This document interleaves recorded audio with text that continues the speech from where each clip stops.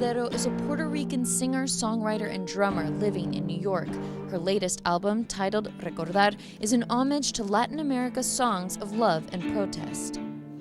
The original concept for the album began with Piero, who is from Argentina, and I heard his song one day with a friend at her house, and I got the chills and I had such a strong reaction, and I realized that later on that my mother had played that record all day and night when I was little, and part of me remembered it even though I didn't know it at the time.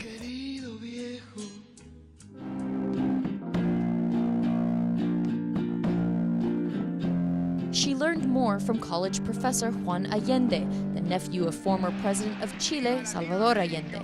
Latin America's first democratically elected socialist president, Allende was overthrown in a coup in 1973. One of his biggest supporters was the Chilean folk singer Víctor Jara.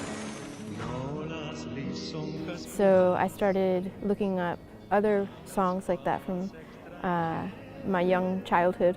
Among those, Violeta Parra, Víctor Jara, Atahualpa Yupanqui, and all of these artists had very strong political messages, and I wanted to remind people of the role of music in helping activate political change.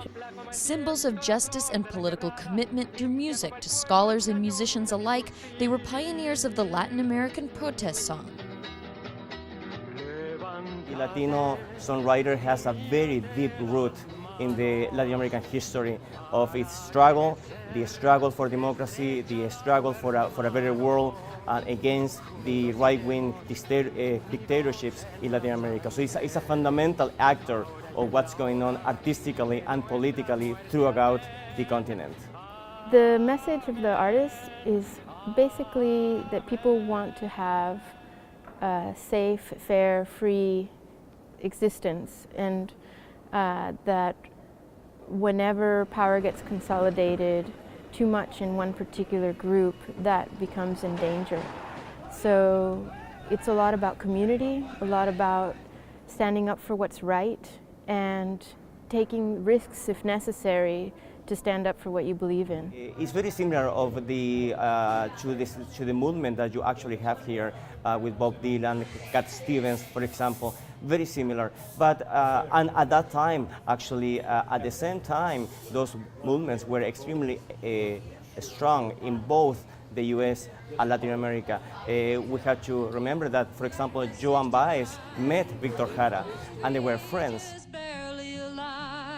Following the overthrow of Allende, Jara was disappeared and later murdered by the military junta, but he left behind a legacy of social justice that reached across decades and international borders. I think that he was more afraid of what would happen if he didn't try to fix things than of the consequences, and I feel the same way. 40 years later, some things remain unchanged. I feel like we're in a moment in history and in political history, not just in the States, in Latin America, but around the world, where civil liberties are backsliding, and I feel like these songs are a powerful reminder of what happens when civil liberties become more and more limited. Following the deaths of unarmed African Americans Michael Brown, Eric Garner, and Akai Gurley in 2014, some hip-hop musicians spoke out, but the voices were selective and short-lived, signs, some say, of a commercialized music industry. Change, to let everyone know that each and every one of our lives matters.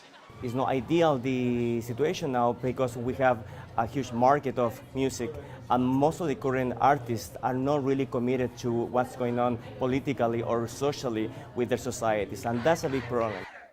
At least for now. Why I made this record, so that we could start a dialogue about it, and I'm using this album as a platform for talking about what has happened in the past and the danger of that occurring again in the present.